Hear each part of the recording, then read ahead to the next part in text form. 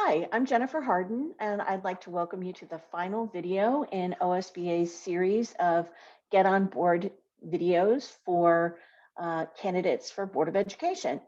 As with my colleagues, I'd like to welcome you if you have any questions after today's webinar to contact our division at 1-855-OSBA-LAW. We'll be happy to help you out with any questions you may have. So let's start talking about who's required to file. We're going to talk about who has to file, what they have to disclose, and when they have to file. So the who they have to file part is anyone who is a candidate for Board of Education with a campaign committee, regardless of the amount they spend or raised, may be required to file a campaign finance report unless they were a filing fee only candidate, which means that all they have expended is the cost to file their certificate of candidacy, or they have completed a local candidate waiver. And Sarah talked about local candidate waivers in her webinar on first steps. So what does the report have to include?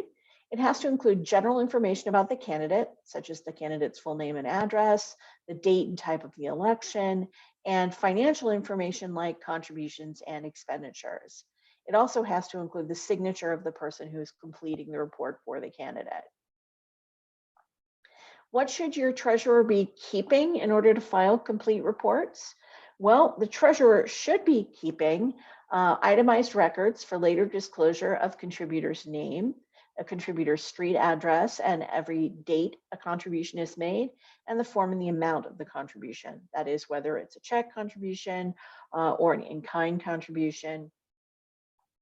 More information on contributions is available in the webinar on contributions that was done by Ralph.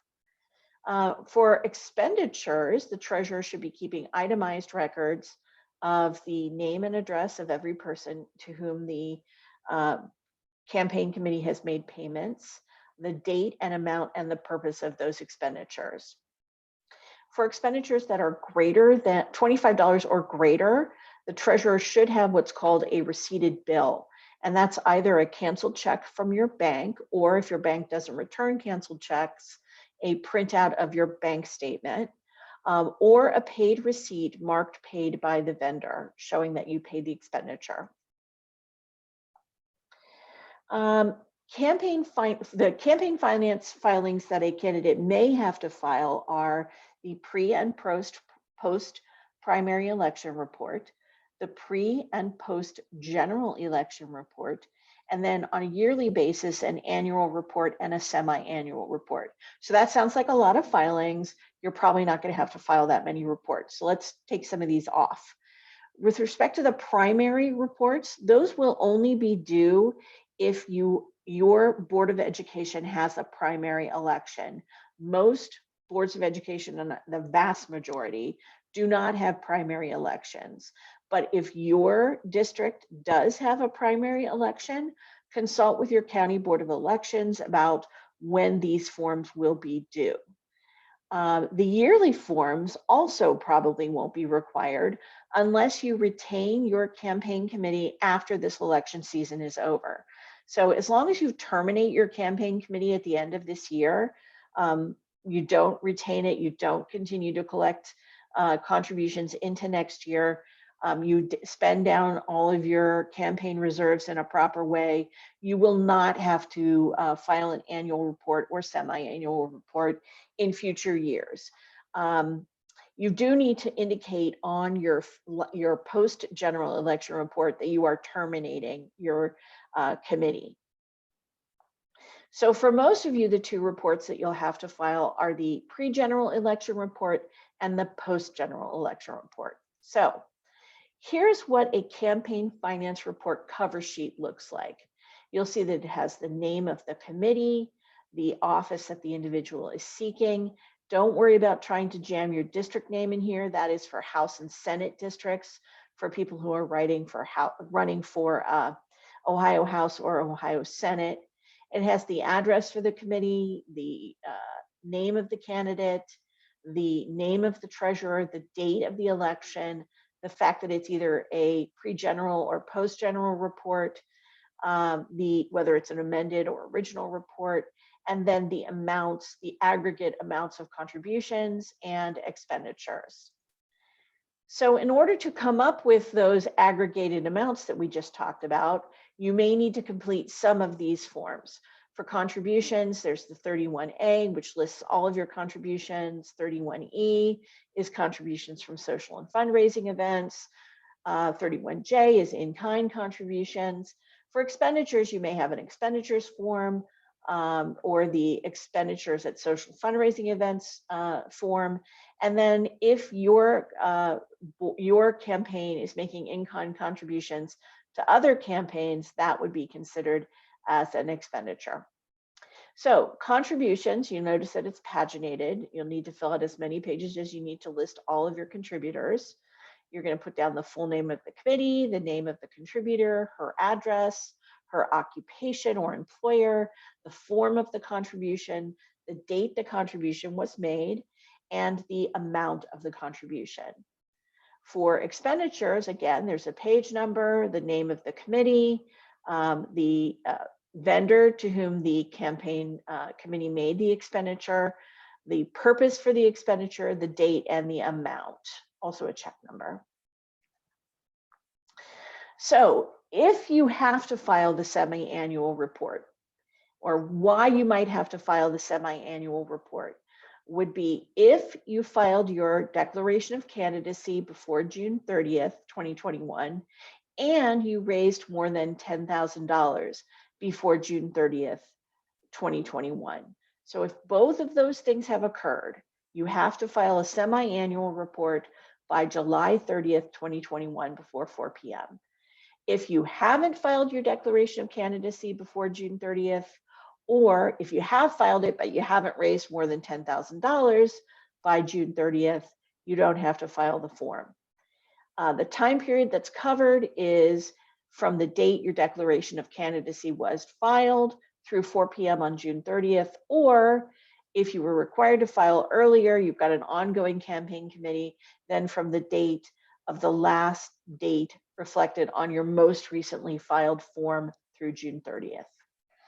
Here's the form that most of you are going to need to file. This is the pre-general election report. It's due on Thursday, October 21st, before 4 p.m. It's required if you spent or received more than $1,000 before 4 p.m. on October 13th. It's not required, again, if you filed the local candidate finance report waiver and you complied with it. Or you didn't file your declaration of candidacy more than 20 days before the election. It covers, if you were required to file previously, like that semi-annual report, it covers from the last date reflected in that previous filing through 4 p.m. on October 13th. Or if this is your first filing, it's from the date you declared your candidacy through 4 p.m. on October 13th. The post-general election report is due on Friday, December 10th before 4 p.m. If it's required, if your name appeared on the ballot. You have to file this report if your name appeared on the ballot, even if there was no activity, unless you filed a local candidate finance report waiver. And even people who filed the local candidate finance report waiver have to file a form saying that they've terminated their committee. So pretty much everyone has to file this form. You have to file it by Friday, December 10th, 2021, before 4 p.m. If you filed a previous form, you're going to, this form will cover all of your campaign activity, contributions, and expenditures from 4 p.m. on October 13th through 4 p.m. on December 3rd. If you were not required to file the pre-general election report, this will cover from the date you declared your candidacy through 4 p.m. on December 3rd. If less than $500 was raised or expended, you can complete and file just the cover page, which is considered a short form report with the Board of Elections. One thing I should mention is that you cannot file any of these reports electronically. You have to print out the form, fill it out, sign it, and either mail it or hand deliver it. If you choose to mail it, it has to be received by the Board of Elections by the due date. So make sure you mail it well, several days in advance of the due date, or you might just want to drop it off to make sure it's received by the Board of Elections by 4 p.m. on the due date. If you file the post general election report, you are not required to file and you terminate your committee, you are not required to file an annual report. Actually, even if you don't terminate your committee, you can skip the annual report in January 2021, but you will need to file after that. So don't file late, and definitely don't miss filing at all, because any campaign committee who fails to file on time or who fails to file at all is automatically referred for investigation to the Ohio Elections Commission. So make sure you're filing and that you're filing on time.